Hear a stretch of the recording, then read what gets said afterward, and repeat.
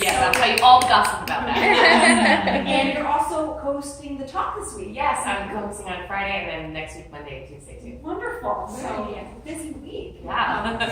And obviously, Sabrina has sort of a very unique skill at finding the perfect design and style for any personality or budget, whether it's a millennial or a growing family or empty nesters. And like the Century 21 team, really has a passion for home buying, selling, and design. So we're so excited to have both of you here. Thank you so very much.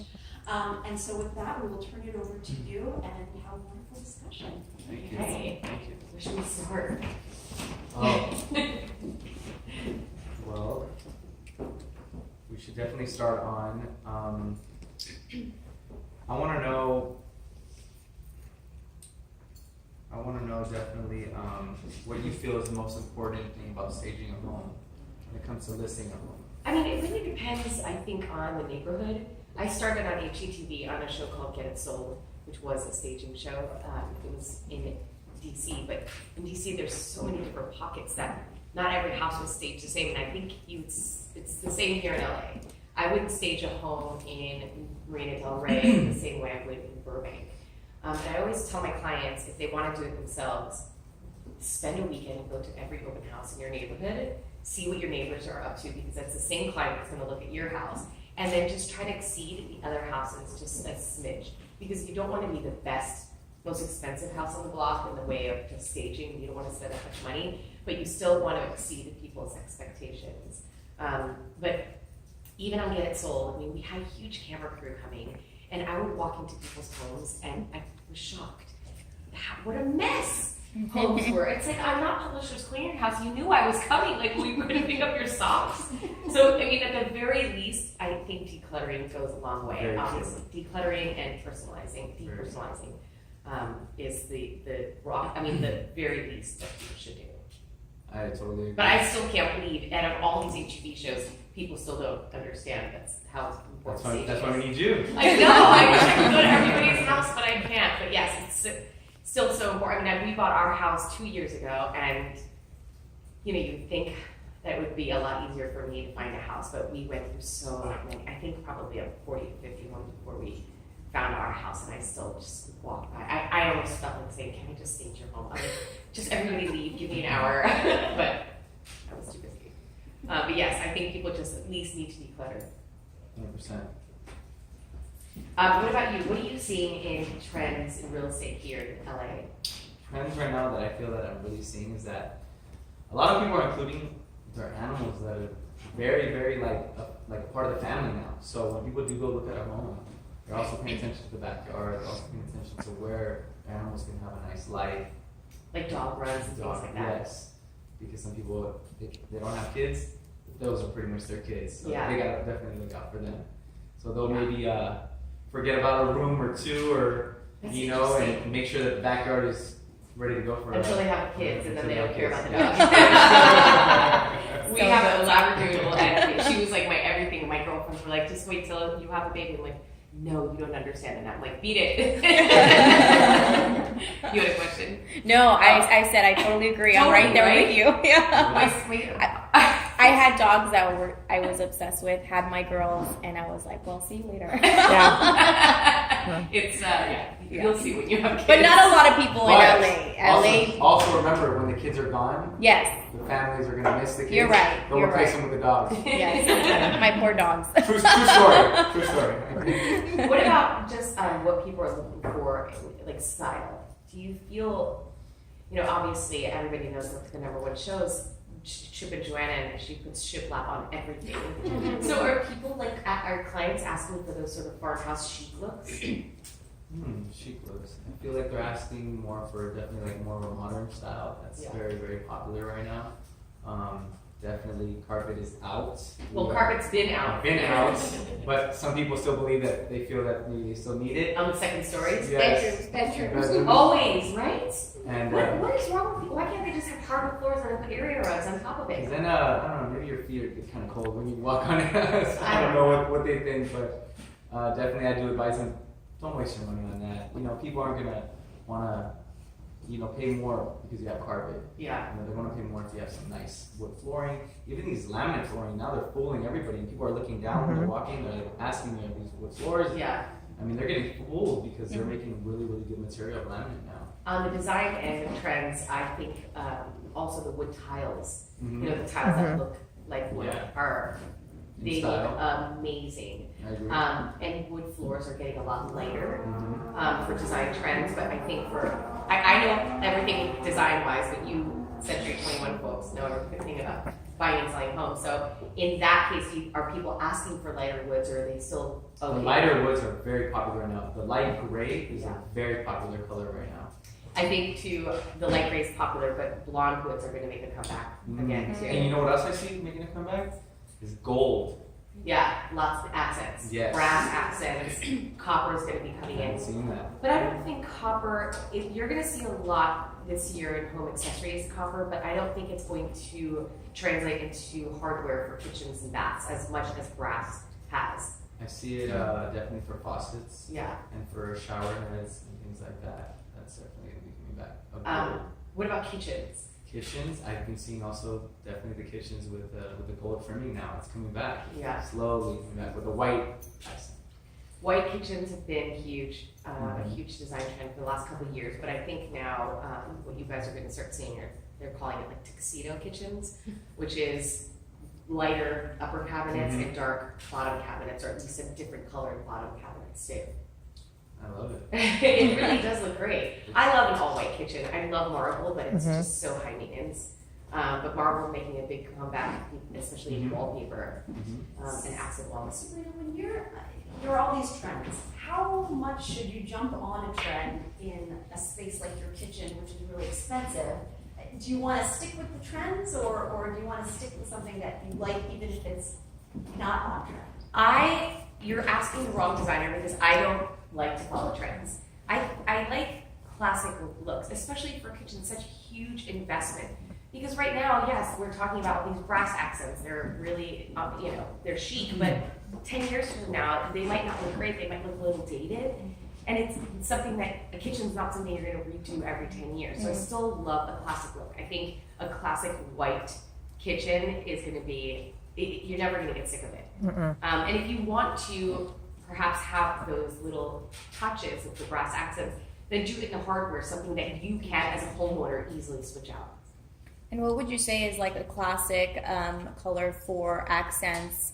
You're saying the white kitchen, as far as like flooring and hardware and appliances. I think appliances, the black matte appliances, I really love the way they look. Really?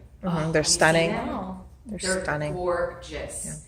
The stainless steel that is easily cleaned is a must-have, because stainless steel, as chic as it looks and gorgeous, it's so high maintenance to keep clean. But for flooring, the light wood floors, if you want the tile, the wood-looking ceramic tiles are really beautiful. But light wood, gray wood tones, or the blonde wood tones. Dark wood, it's just like marble. It's so hard. It's just really high maintenance, and it shows everything, especially if you have clients with children or dogs. Forget it. We'll scratch it up. Not just scratch it up, it shows every dust bunny you could ever imagine. I mean, it looks good in pictures, but not in real life. We're great wood floors. Yeah, it's so easy to keep clean.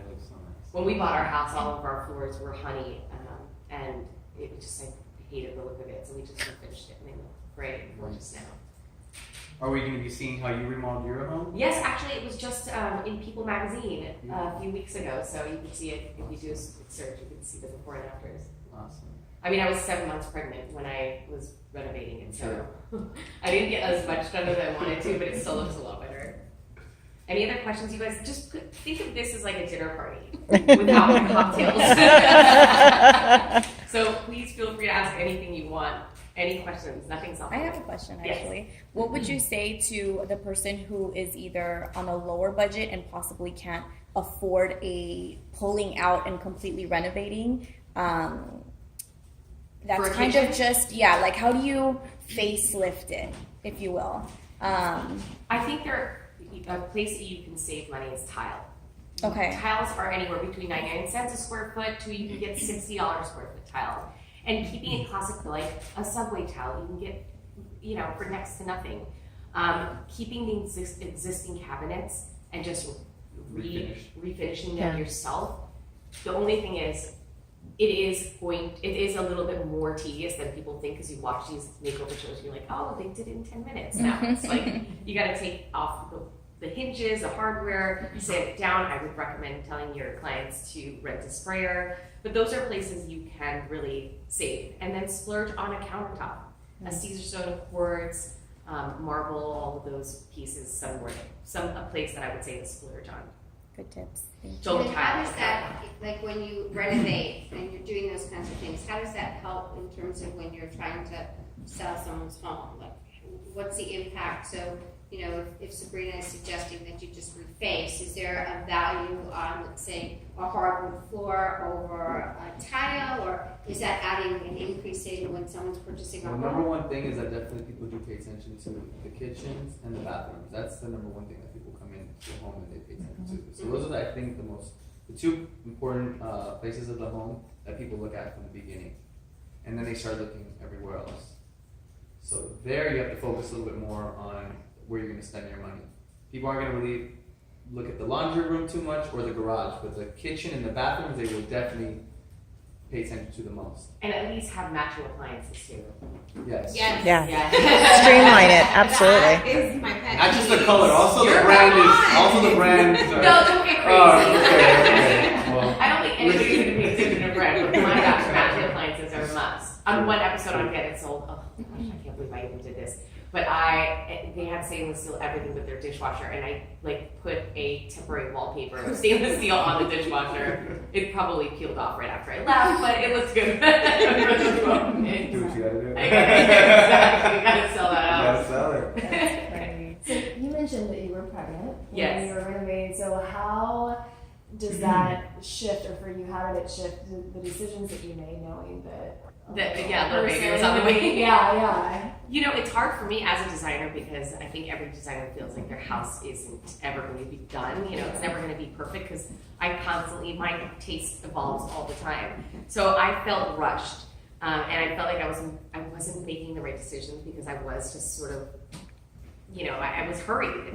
And I think in any renovation process, that's the worst thing to do, to really rush the process, because you make bad mistakes. But looking back now, I don't think our house is perfect by any means, but I love it.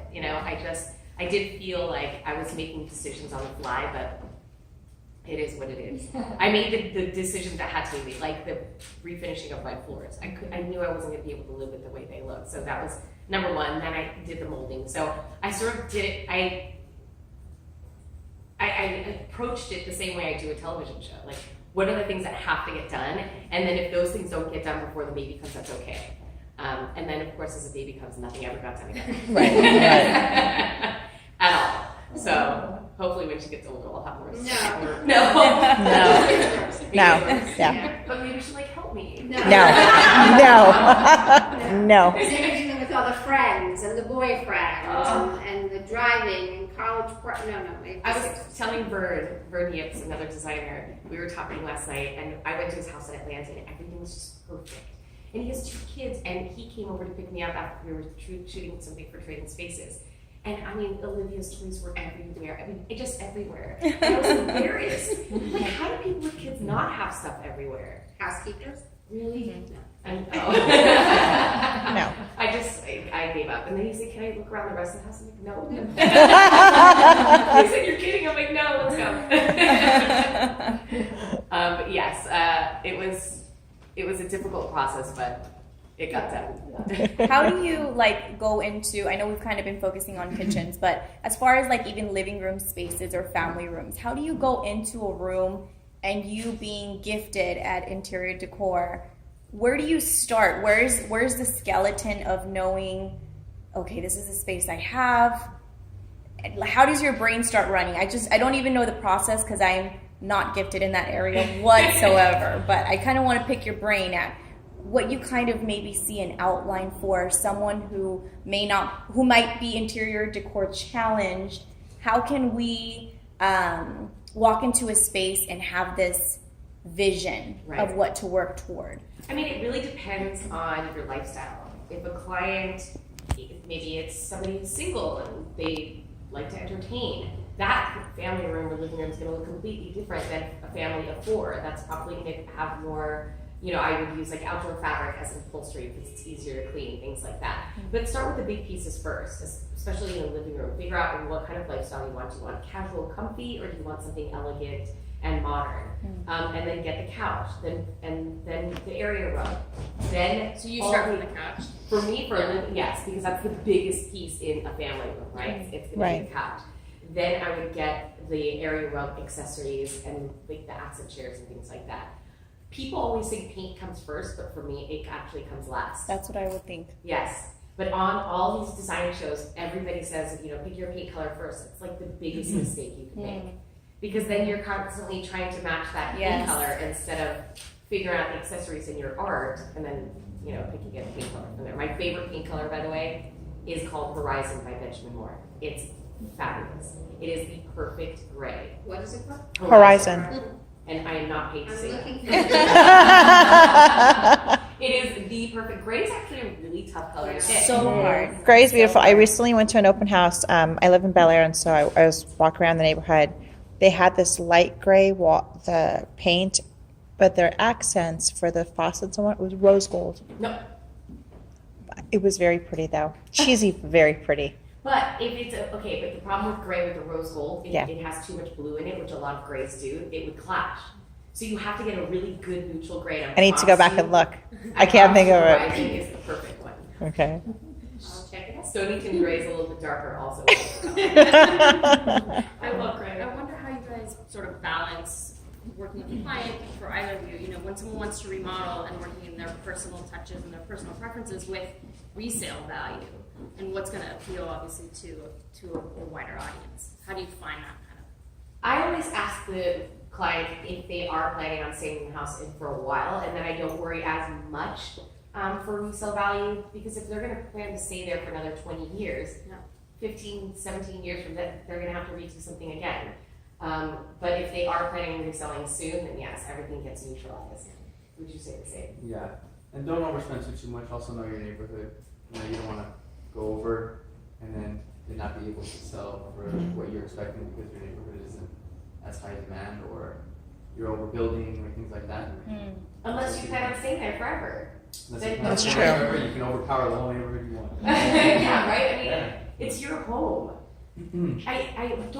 I don't like when clients overthink the resale value when they're renovating, because, I mean, to a certain extent, but it is your home. Your home should tell your story, and it should show your personality. And if everything's beige and bland, no one's Unless going. you're beige and brown, which there are. And buyers that are probably very vanilla. Mm-hmm. But you know what I mean? No, If no, everything's no, too no. neutral, then every home's gonna look like a tract house. Yeah. A tract house. How important is the exterior of the home versus the interior, especially for going to South where it's all about curb appeal? Like, is it hard to get clients to even walk in the door if the exterior is not looking great? And then how much money are you recommending people spend on the interior? And then proportion-wise, maybe the exterior? Is there a certain percentage there? I think I mean, the house that we bought, the outside was so hideous that my real estate agent was just like, "You have to come see this house." And I said, no. That gate, that overgrown shrubs, it was army green, those shutters. I ended up buying a house anyway. But I do think it's important. I think if the outside of your house doesn't look great, Curb appeal. yeah, It's hard to get people to go in. Yeah. Yeah. But I think for now, more than ever, buyers are looking online. So I think if a listing doesn't have the right exterior, but if they don't even have a picture of the exterior, then you can get them in. Because if the inside looks great, it's a little bit easier. I'm starting to see people now posting the inside as the main picture Yeah. instead of the outside. But it's super important. Yeah, Yes. and then it usually would be the kitchen. Something like that would be like the main photo. If it looks great. Yeah, and then of course they get them in there. I've seen them post older pictures where the grass is green and it has curb appeal. Mhm. Then you go there and it's dirt. Yeah. Oh, we have some pretty cool filters now that make sure that people get fooled that the grass is actually there. Oh, that's On an episode of Get It Sold, I actually used green paint for grass that they use on golf courses. Oh my gosh. Because the grass was dormant, like it was, in a season in DC that Got it sold? yeah, I'm sure. But I got so much hate mail from viewers. Like, how dare you spray paint somebody's grass? Like, But today they're using AstroTurf here all the time. Yeah. That's a huge landscaping tool, particularly because of all the drought stuff. In the front yards too, or just sort of zero. In the front yards as well. The, Yeah. the fake turf. yeah. Because of the you know, we're having a little bit of a water drought right now. I So think it's over, isn't it? It's over. It's over. Oh. It So now so- inevitably is. I took a 4-hour shower this morning. that's where our water's going. But no, the new AstroTurf, like a lot of it looks really It's great. expensive, actually. It's so expensive. It's very expensive, and also for the animals, it's good because they can still go handle their business. They and- mixed it Yeah. too with dead. So you have like the bright green and then you have a little bit of brown in there. So it kind It of looks looks, real. and you can get different colors with them, promoting AstroTurf. But if you're conscientious of the environment that we live in, even the state gives a lot of subsidies to homeowners that utilize more environment friendly. So I would imagine that would at some point be of value as well in real estate, if the homeowner is aware of doing that stuff. Yeah. Are you seeing people looking for more space outdoors to grow and harvest their own vegetables and fruits? That's also definitely I have been noticing because it's getting expensive to go to the market, and yeah, they're just growing their own fruits and vegetables in the backyard. And But like, what neighborhood in LA where you have enough land to be able to do that? you definitely have some nice hidden gems in LA that some people don't hear about too much. You hear about the Hollywood, the Beverly Hills, but there's some beautiful parts in San Fernando Valley actually. Like where? There's actually Calabasas is very, very popular right now. I bet they have big And, lots. yeah, very big lots, a lot of privacy. The Kardashians. Kardashians. I think people are even doing. I have a neighbor who just has like the boxes. They just built the boxes in The their raised yard, boxes, and their yeah. yard's not big. They've got their kale and their herbs. And They've they're also got doing that it. planter. That planter where you can plant the little ones, and it's like a tier. Yeah. That one's really nice. Space saving. Yeah. Space saving. Yeah. I've noticed that a lot of clients asking for that to be built in their backyard. Yeah, definitely. I think it's If from that there's a lot of documentary. sunlight. There's a lot of sunlight. Perfect. Well, I mean, what place can you do that other than California? That's what Right? I'm definitely blessed to be over here. Yeah. What about bathroom like amenities, like heated floors and things like that? I haven't noticed too much about heated floors. I did a couple years back. I don't hear too much about heated floors now. Do you? More on the East Coast, not On as the much East Coast? here. I think it was a bigger thing on the East Coast. 'Cause Mhm. It's cold. Yeah. Cold. Yeah. I Yeah. can it's- imagine. Our floors are always cold over here for the most part. That's why. Well, it's more about. What about? What about like secondary spaces or having transitional spaces with like having walls completely open up to the backyard? Are you seeing clients asking for that? Not too much. I am noticing a lot of people, well, men in general, asking for a man cave. I think that's very popular right now. Still? Still. No, she sheds are the new thing. They They are. I think the man cave's still overpowering, but yes, the shishas are coming in too. They're coming in. Have you guys seen these she sheds? No. What? For the women. No. They're amazing. Like, no, you have to Google Like, it. is it a shed? Sometimes it is a shed, but it's like fancy. it's like a fancy, beautiful, like little space for women. Oasis. Is it Yeah. like It a is. craft room or It something? Like a could be craft boudoir. room, It could just be like a Dollhouse? wine place. What? Maybe like a dollhouse. No. Close. Take your Kens in there. Yeah. You really have to Google it. They actually had a show on FYI, I think, for a little bit called He Said She Shed or something. And it was all about building these amazing. I want one so bad. That sounds cool. I actually put in permits to build one and the city wouldn't let me. So now I just drink wine by myself in my living room. Oh. That works too. It works. That's I actually did install a wine tap on top of my washer and dryer in my laundry room. It's That's ridiculous. brilliant. And it's amazing. But Yeah. it seems like you're What do you ridiculous. keep in there? What? What do you keep in there on tap? White and red. And Oh, you white just press and white red. and it comes out. Yeah. I like that. I know. So Very do cool. I. Very Laundry, I'm very happy. I mean, none of the socks match each other, but who Who cares? cares? That's why the laundry rooms are now a focus in a lot of the homes. Like Well, it's fun to do laundry now. If you have Yeah. to Oh god. Are you Gio, seeing oh, go ahead. any trends with all my readers are new families, pregnant women? That's why all my questions are like this. But with new families in Los Angeles, is there like a certain area or certain things that they're looking for? Is it? Yeah. Yes, I see that right now. The most asked question is, what are the school districts Yeah. when they walk into a home? That's definitely number one. That's why I bought our house, because it was in Carpenter School District, in the city. Great school district, by the way. Yeah, so definitely, and if you have that listing with the great school district, it makes it a lot easier to sell. So that's always exciting. But yeah, you have to definitely plan for the future of your children. You definitely do want them to go to a good school. They're buying homes now strictly for that school district. Because think about, I was actually having this discussion with a friend of mine who lives in Pasadena, and for him to take both of his two kids to a private school, it would be like $3,000 a month, right?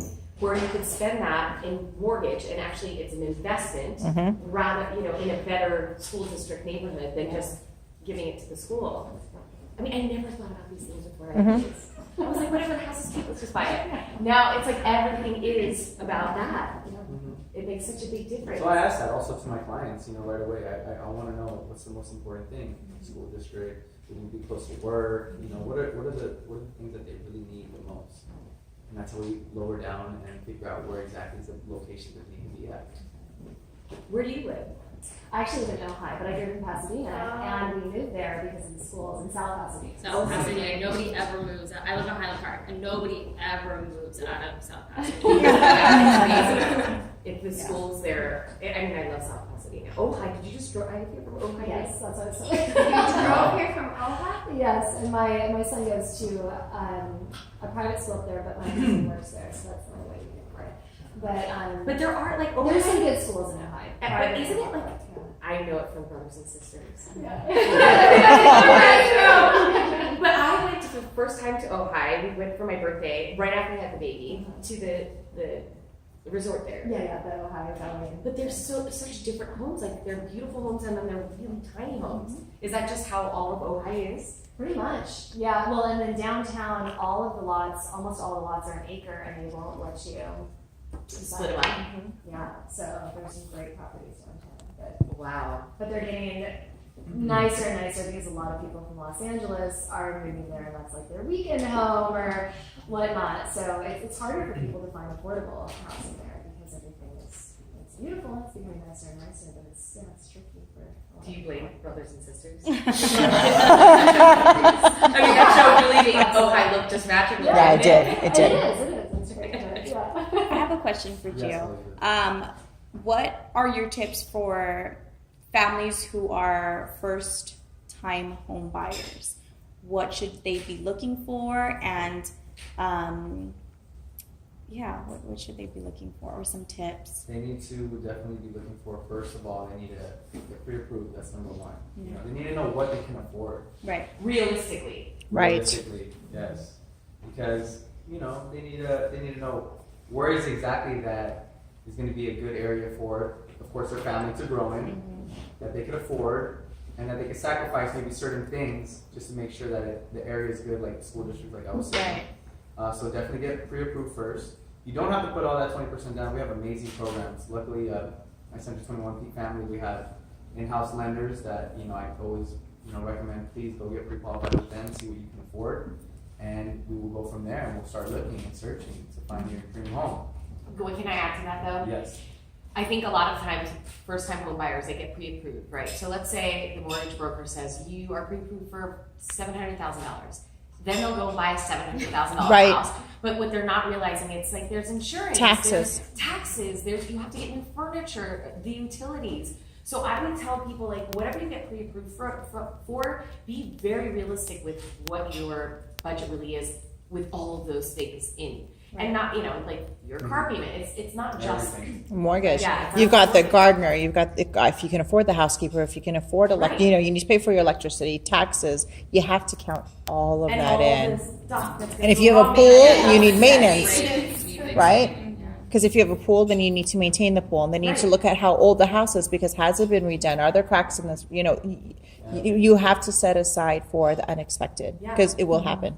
But I find first-time home buyers always make that mistake, you know, Yeah. because they get so Excited. Exactly. Yeah. And I think it's also really important that they select a really good agent that they really understand, that they trust, because again, that's going to be, I think, your lifeline to have those kinds of discussions. Right. So that when you work with somebody who really is immersed in the industry, they can say, gosh, think about insurance. Or did you think about, you know, this is a 20-year-old house and within 10 years it might need a new roof.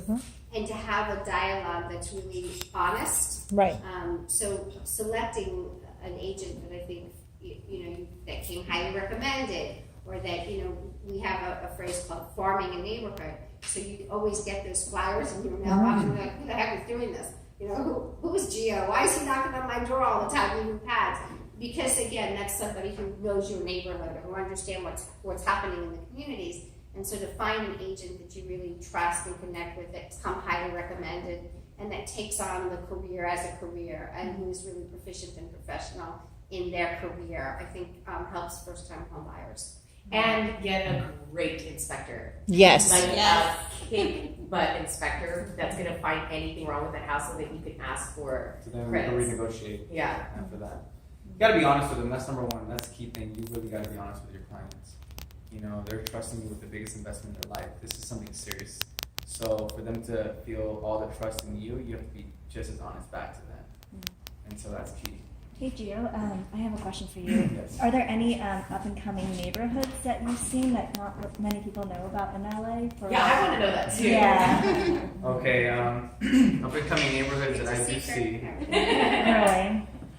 Really? Because people right now, there's a lot of homes that are getting built here, a lot of gated communities that are getting built here, but the homes that actually have the land, the lot size, the privacy, I still feel that is closer to where I focus a lot is Granada Hills and Porter Ranch, Northridge area. These are homes that have privacy. You don't look like your neighbor's home next door.